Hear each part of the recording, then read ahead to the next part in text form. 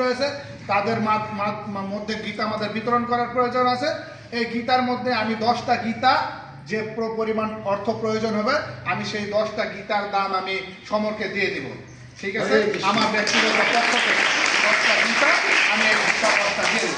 যাই হোক, এর পর্যায়ে আমাদের বক্তব্য নিয়ে আসছেন আমার বন্ধুবর সম্মানিত ছোটরাই আসবে তা না, এই মহৎ উদ্যোগে শুধু ছোটরাই পড়বে তা না, কিন্তু এখানে বড়রাও পড়বে। ঠিক আছে, সবাই পড়বে।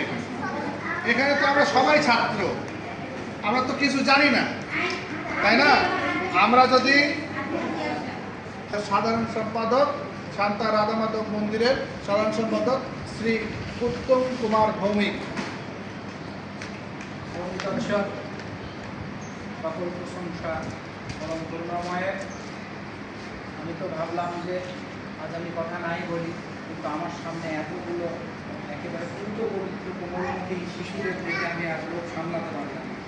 আমাকে বুঝতেই পারে আজকে তোমাদের এই গীতা শিক্ষক সংকীর্তন প্রভু সমর সাহা, যে নামে তোমরা চেন, উনি আজকে যে একটা কি বলবো একটা যুগান্তকারী পদক্ষেপ, ইতিহাসের অংশ হয়ে থাকলাম আমরা।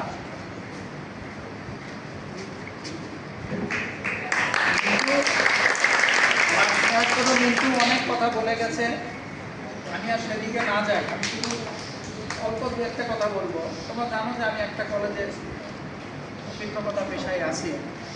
আমরা স্কুল কলেজ বিশ্ববিদ্যালয়ে আমরা কি তৈরি করছি? আমরা ডাক্তার, ইঞ্জিনিয়ার, জজ, ব্যারিস্টার তৈরি করছি।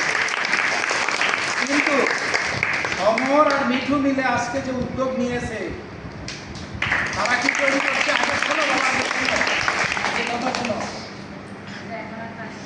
স্কুল কলেজে ডাক্তার, ইঞ্জিনিয়ার, জজ, ব্যারিস্টার হচ্ছে, কিন্তু সমর আর মিঠু মিলে যে উদ্যোগ নিয়েছে আমাদের মন্দির প্রাঙ্গণে, সেখানে কি তৈরি হবে বলো তো?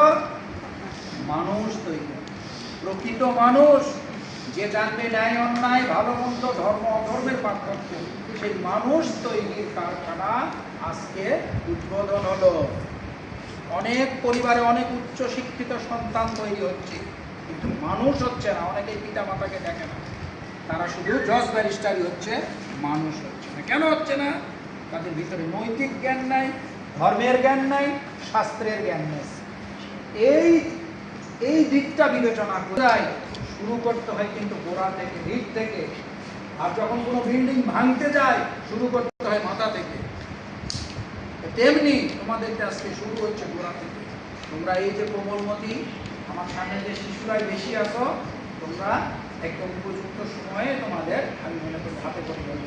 তোমরা এখানেও শিখবা, বাড়িতেও শিখবা। অবশ্যই বাবা মা গুরুজন যারা আছে তারা যেভাবে বলে, যা বলে অবশ্যই সেটা মেনে চলবা। তাতেই মঙ্গল, তোমারও মঙ্গল, সমাজের মঙ্গল, সবার মঙ্গল। সবশেষে সবাই ধৈর্য সহকারে আমার এই কথাগুলো যে সহ্য করছো, শুনছো, এজন্য আমি কৃতজ্ঞ। আবারও আমি সমর এবং মিঠুর কাছে আমার কৃতজ্ঞতা প্রকাশ করছি। তোমাদের যেন এই উদ্যোগ সফল হয়, অনন্তকাল যেন এই প্রতিষ্ঠান জীবিত থাকে। ধন্যবাদ।